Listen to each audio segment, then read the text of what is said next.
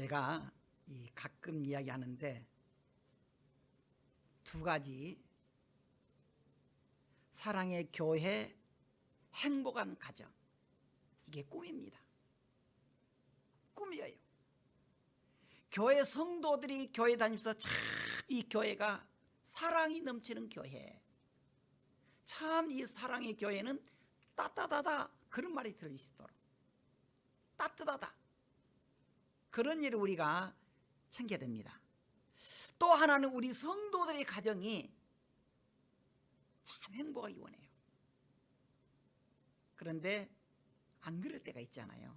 힘들 때 있잖아요.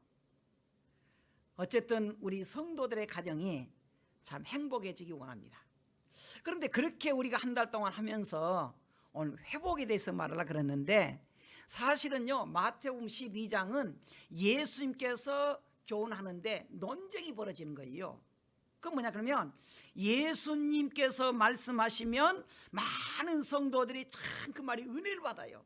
아멘 하고 있는데, 꼭 일부분은 그 예수님의 말씀에 토를 달고 시비를 걸고 부정적으로 말해요. 그래서 심지어 뭐라냐면은 아예 예수 죽이자, 어떻게 하면 예수님 죽일까, 모의가 벌써 벌어져요. 그것도 뭐냐 그러면은 교회의 지도자들이라고 하는 서기관과 바리새인들이 그랬다는 거예요. 그래서 예수님께서 그러한 과정에서 안식일에 사건이 있었는데, 안식일에 예배 드려야 되는데, 근데 마침 손이 불편한 사람이 있었습니다. 누가 보면은요, 누가는 그 사람이 손이 오른손이 불편했다 그렇게 말해요. 누가는 원래 의사니까 아마 자세히 본 것 같아요. 여기에서 마태는 이렇게 손이 하나 이렇게 좀 불편했다 그러지만은, 한 손이 이렇게 불편했다 그러지만은, 누가는 오른손이 그랬다. 오른손은 보편적으로 우리가 많이 사용을 해요. 밥 먹을 때 사용하고, 하여튼 오른손 많이 사용하잖아요. 그러고 보면은 이 사람 굉장히 중요한 어려움이 있어요. 뭐 가장으로 이끌어갈 수 있습니까? 근데 그때 예수님께서 그 사람 오라 그래요. 그리고 그 사람 만져주면서 회복시켜 준 거예요. 우리가 좀 봤습니다만은 그 회복시켜서 13절에 뭐라냐면은, 손을 내밀라 하시니 그가 내밀매 다른 손과 같이 회복되어 성하니라, 그렇게 말했습니다. 성하더라는 거예요. 그래서 오늘은 이 성했다고 하는 것, 회복했다고 하는 것, 그것만 한번 생각해 보려고 합니다. 성도들이요 정말 은혜 충만해야 되고 가정이 행복해야 되는데 잘 안 돼요. 성도들이 은혜 받으면 우리가 할렐루야 계속 하면 얼마나 좋겠습니까? 그런데 그게 잘 안 되더라고요. 그래서 성도들이라 그래도 언제는 천사 같고 언제는 꼭 마귀 같아요. 언제는 아멘 할렐루야 하면서 어쩔 때는 좌절하고 절망하고 욕하고 막 그래요. 그러잖아요. 그래서 우리가 어떻게 우리가 회복이 되느냐, 그걸 우리가 좀 보려고 합니다. 자, 우리가 첫째는 회복될 게 뭐냐 그러면은 예배가 회복돼야 된다는 거예요. 성도들의 영적 상태를 보려면은 뭘 아느냐, 또 저 성도가 하나님께 복을 받겠다, 아니면은 교회를 다녀도 헛다리 짓겠다라고 하는 것을 알려면 뭘 보면 아느냐, 예배를 보면 알 수 있어요. 예배 드리는 모습. 물론 우리가 그래요, 예배는 어느 곳에든지 드릴 수 있습니다. 맞는 말이에요. 집에서도 드릴 수 있습니다. 맞는 말이에요. 그런데 교회라고 하는 말의 뜻이 함께라고 하는 의미가 있어요. 여러분, 우리가 어디서든지 예배 드릴 수 있는데 가장 중요하게 지켜야 될 게 뭐냐 그러면은 교회에서 함께 성도들과 모여서 예배 드린다. 그걸 뭐라냐면은 현장 예배라 그래요.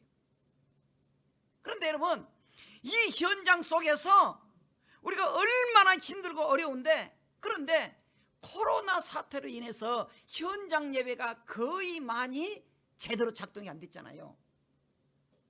이제는 다 하십시오 그랬지만은 예전에 그래가지고 예배가 죽고 성도들의 신앙이 많이 무너지고 그렇게 된 거예요. 그래가지고 이제는 5월달부터 자유롭게 하십시오, 그러니까 예배 드리는데, 그동안에 우리가 집에서 예배 드리는 모습을 하다가 교회에서 오후 예배까지 드리려니까 잘 안 되는 거예요. 빨리 가야 되고 또 오후까지 들으면 지루하고 야 언제까지 또 기다리냐, 또 밥 먹고 어떻게 하면 눈치채고 빨리 가야지. 그래서 우리가 예배를 회복해야 되는데 회개가 아닙니다. 회개는 뭐냐? 옛날의 모습 그대로란 거예요. 근데 여기에서 회복이라고 하는 말이 무슨 말이냐? 본보겠습니다. 아까 읽었잖아요. 아버지께 참되게 예배하는 자들은 영과 진리로 예배할 때가 오나니 곧 이때라는 거예요. 아버지께서는 자기에게 이렇게 영과 진리로 예배하는 자들을 어쩐다? 찾는다는 거예요.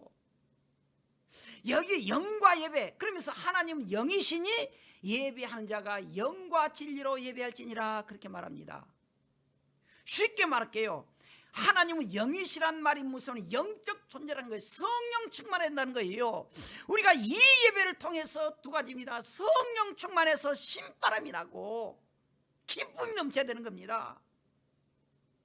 근데 여러분 지금 예배가 어때요? 우리가 성령으로, 그래서 예배 때마다 예배 감격에 빠져야 되는 거예요. 예배 감격. 저는 어떤 분이 가끔 그래요. 목사님 톤이 너무 높습니다. 저도 그걸 알아요. 어떤 분은 저도 이렇게 테레비보이는 목사님들이 설교를 참 천천히 하더라고요. 저도 그렇게 해볼까 생각을 했어요. 그러죠? 어째 실감 갑니까? 목사님 너무 이상해. 목사님 크게 해야지. 근데 왜 그러느냐? 예배 감격하기 위해서는, 예배를 우리가 같이 동참하기 위해서는 우리가요 정신 차려야 돼요. 근데 조용히 말하면 자장가 같아요. 근데요 우리나라에 유명한 목사님 계십니다. 김남준 목사님이라고. 그 김남준 목사님은요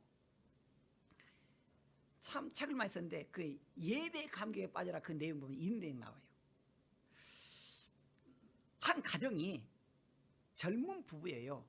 근데 초등학생짜리가 하나 있는 거야, 아들이. 다 교회 이제 주일마다 오니까 교회 3명이서 교회 주일 이 장례 예배 참석해요.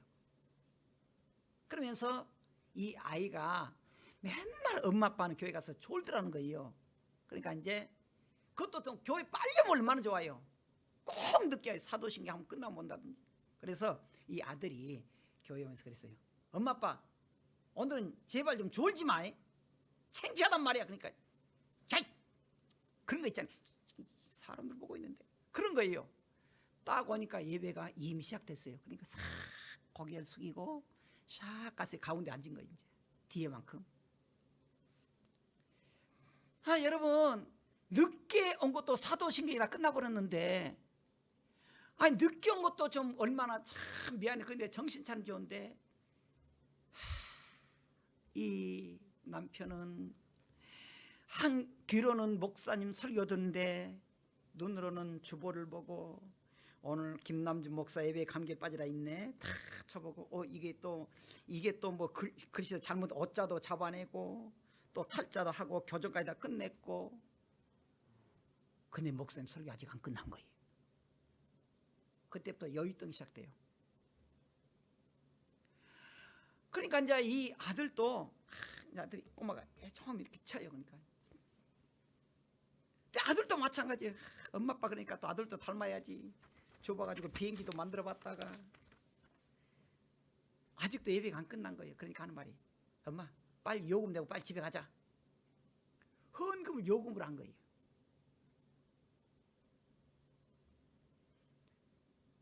여러분 다시 말할게요.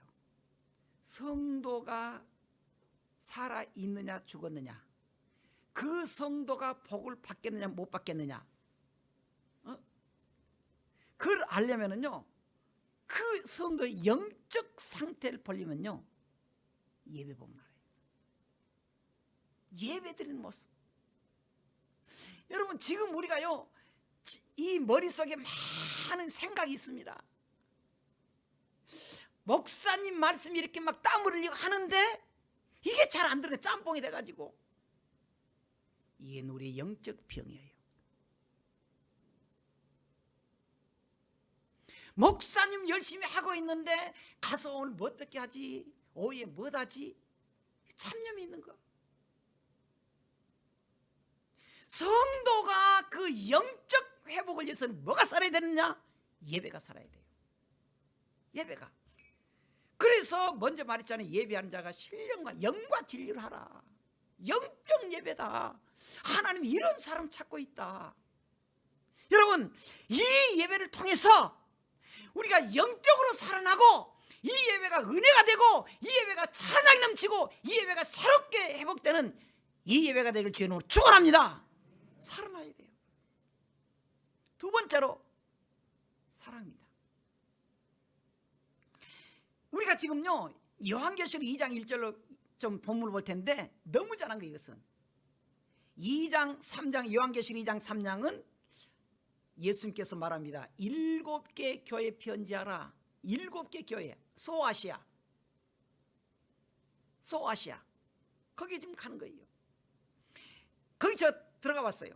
근데 그 7개 교회를 보니까 어떤 교회는 미지근한 교회, 라오디게 교회처럼 미지근, 이게 뭐 찬송도 미지근. 어떤 교회는 사명을 감당하지 못한 교회가 있습니다. 책망만 들은 교회가 있어요. 그래서 어떤 교회는 인정받은 교회가 있습니다. 인정받은 교회 중에 하나가 무슨 교회냐? 에베소 교회예요. 에베소 교회는 에베소 지역에 세운 교회인데요, 참 크고 웅장해요. 그런데 거기에 보면은 에베소 교회 사자에게 편지하라. 오른손에 7뼈를 붙잡고 7 금초대 사이를 거니시는 이가 이르시되. 예수님을 말하고 있습니다. 예수님 오른손에 7뼈를 붙잡고, 뼈는 누굽니까? 목회자를 가르쳐요. 목회자를 7 금초대 사이는 교회를 말합니다. 금초대는 교회사를, 예수님께서 목사들을 붙잡고 교회들을 거니시고 있습니다. 그래서 말해요. 에베소 교회에 대해서 내가 너의 행위와 수고와 너 인내를 알고, 또 악한 자들을 용납하지 아니한 것과 자칭 사도를 하되 아닌 자들을 시험하여 그의 거짓된 것을 드러낸 것과, 또 내가 참고 내 이름을 위하여 견디고 게으르지 아니한 것을 안다 그랬습니다.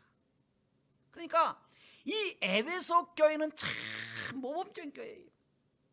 이단들을 쫓아내고 교회를 안정시키고. 그런데 그렇게 이 교회가 하다 보는데 놓쳐버린 것이 하나 있었습니다. 4절 같이 읽어보십시다. 시작. 그러나 너를 책망할 것이 있나니 너의 처음 사랑을 버렸다는 거예요. 여러분, 교회가 큰 것 좋습니다. 교리를 잘 가르치고 성도들이 많이 지식적으로 하는 것 좋습니다. 그런데 여러분, 우리가 언제부터 사랑을 잃어버렸다는 거예요. 사랑을.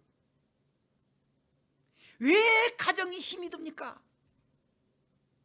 왜 교회 생활에 재미가 없습니까? 왜 교회가 가기 싫어요? 왜 목사님의 설교가 지겹게 들립니까?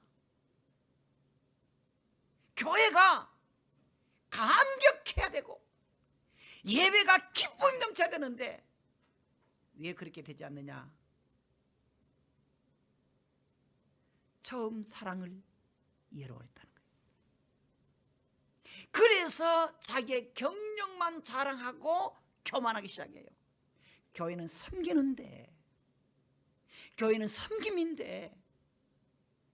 예전에 말했잖아요. 우리가 헌신하는 성도는, 헌신자는 종이라는 거예요. 초신자 세가족 뭐예요? 왕이라 그랬잖아요. 우리가 교회에서 하나님의 은혜를 받으면 내가 섬기를 잘하는데 언제부터인가 나라고 하는 것이 나타나기 시작했습니다. 내가 누군지 알아? 나 우리 교회 기둥이야, 기둥. 나 우리 교회 전부터 다녔어. 언제부턴가 그렇게 돼버린 거예요. 우리가 정말 이 에베소 교회가 얼마나 그 죄 큰지 모릅니다. 웅장했어요. 아까 우리가 봤잖아요. 내 행위도 안다. 너 인내가 있었다. 악한 자들 용납하지 않았다. 그래 시험에서 다 거짓죄를 다 해놨다. 그런데 너를 책망할 것이 있는데 처음 사랑을 잃어버렸다는 거예요. 왜 가정에 은혜가 없습니까? 결혼할 때는요, 야 이거 지나치대. 지나쳐. 딸내미 야 저 남자 안 된다. 문 잡아놓으면요 문 고리 뜯고 가고요. 이게요 머리다 잘라보면 옛날에 그랬어요. 지금 안 그래. 큰일 나면 지금. 근데 옛날에 머리까지 잘랐잖아요. 빵모자 쓰고 가고요. 그렇게 했는데 살다 보면 마음이 상해.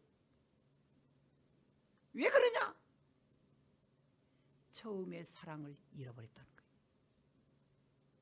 교회면은 얼마나 은혜로운지 모릅니다. 그런데 그 교회가 왜 지금 가기 싫고 설교에 은혜 못 받습니까? 목사님 변해서 그래요. 그래요? 내가 변질된 거예요. 사랑을 잃어버린 것입니다. 그래서 뭐라 그러냐? 5절 다시 읽어보겠습니다. 시작. 그러므로 어디서 떨어졌는지를 생각하고 회개하여 처음 행위를 가지라. 만일 그리하지 아니하고 회개하지 않으면 내가 내게 가서 그 촛대를 그 자리에서 옮겨버리겠다. 촛대, 그 교회, 여러분께서 하나님께서 주신 그 복을 누리는 것을 내가 옮겨버리겠다. 뺏어버리겠다. 그러니까 우리가 어디서 떨어졌는지 생각하고 회개하라는 거예요. 회개하라는 거예요. 그런데 여기에서 보면은 어디에서 떨어졌는지, 떨어졌다는 거예요. 사랑이 어디서 떨어졌는지. 자, 우리가 계속 봤잖아요. 여기도 보면은 참 사랑이 계속 그 사랑이 떨어졌다는 거예요. 사랑이 없었다는 것보다는 떨어졌단 말이 무슨 말이겠어요? 의도적으로 팽개쳐 버렸다는 거예요. 떨어졌다는 말은 의도적으로 팽개쳐 포기했다는 거예요. 내가 어쩌다 보니까 참 내가 이렇게 약해져서 그게 아니에요. 사랑을 의도적으로 떨쳐버렸다는 거예요. 자, 그래서 여기에서 바로 이 떨어졌다고 하는 것을 우리가 좀 기억해야 된다는 것입니다. 사랑이 떨어지는 것. 그래서 우리가 뭐라 합니까? 처음 행위를 가지라는 거예요. 세 번째, 감사입니다. 감사. 사람이라면요 누구나 행복하라고 합니다. 또 행복할 권리도 있어요. 그런데 왜 사랑이 없느냐? 왜 행복하지 못하느냐? 왜 그래요? 감사가 없다는 거예요. 감사가 없다는 거예요.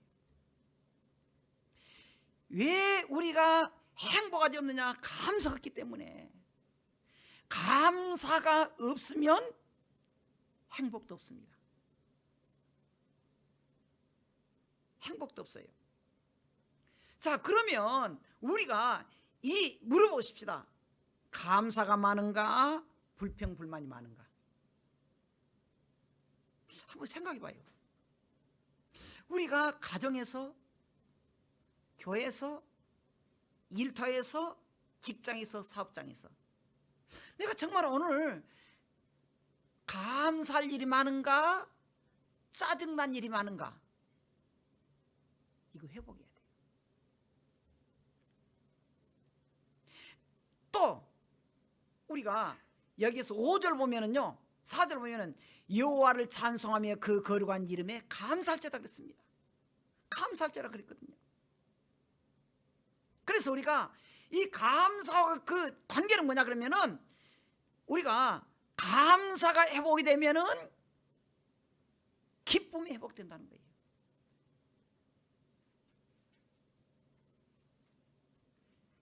또 반대로 감사를 잃어버리면 기쁨이 없어지고 고난이 오기 시작된다는 거예요. 근데 우리 주변에 보면은요, 감사가 넘치는 분이 없는 것은 아니지만 거의 없어요. 불평불만이 많아요. 그러니까 뭐랍니까? 짜증난다 그래요. 짜증난다 그러니까 기분도 안 좋잖아요. 그렇게 말해요. 그런데 그것을 어떻게 말하느냐? 시편기에 이렇게 말합니다. 제가 써놨어요. 시편 50편 20절에 하나님을 잃어버린 너희여 이제 이를 생각하라. 그렇지 아니하면 내가 너희를 찢으리니 건질 자가 없다. 하나님 잃어버려서 그런다는 거예요. 하나님의 은혜를 잃어버려서 그런다는 거예요. 성도가 언제나 하나님 의식해야 된다 그랬습니다. 잊어버린 거예요. 그래서 없는 것만 가지고 불평해요. 있는 것은 잊어버려요. 여러분, 우리가 오늘부터 해야 될 일이 뭐냐? 가정에서 감사할 일 한번 찾아보십시다. 찾아봐요.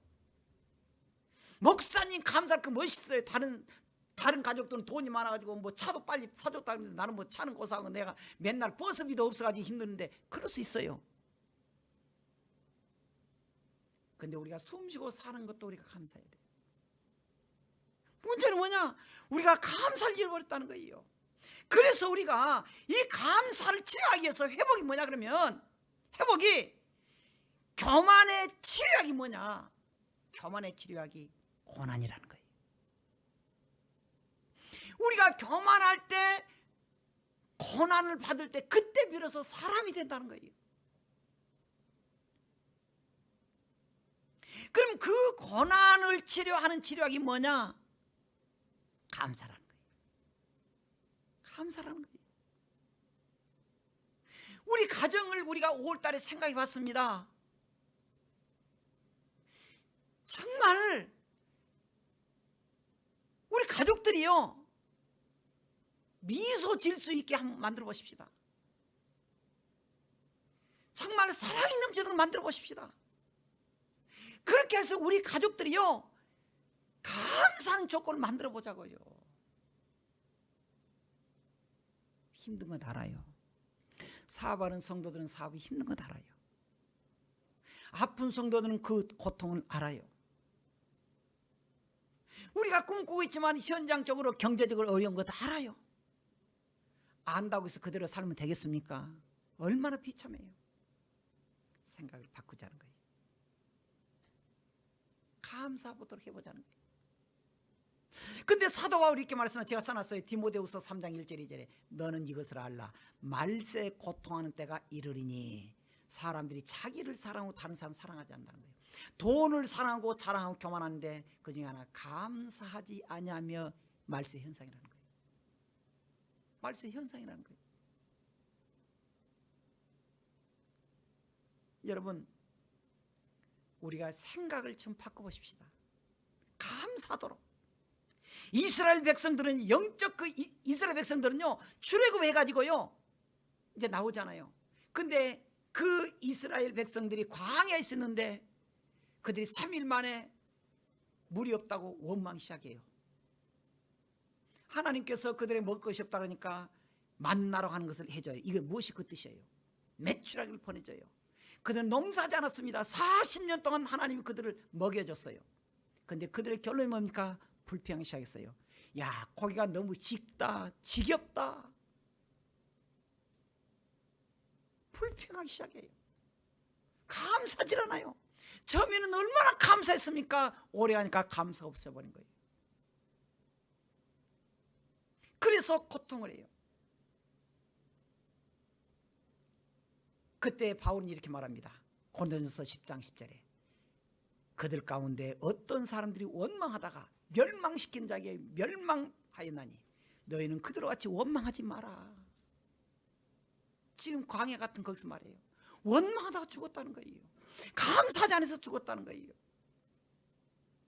왜 나만 겪는 고난이냐고 여러분들 하잖아요. 불평하지 마세요. 고난의 뒤편에 있는 주님의 주실 축복 미리 보면서 감사하세요. 너무 견디기 힘든 이 순간에도 주님이 일하고 계시잖아요. 남들은 지쳐 앉아 있을지라도 당신만은 일어서세요.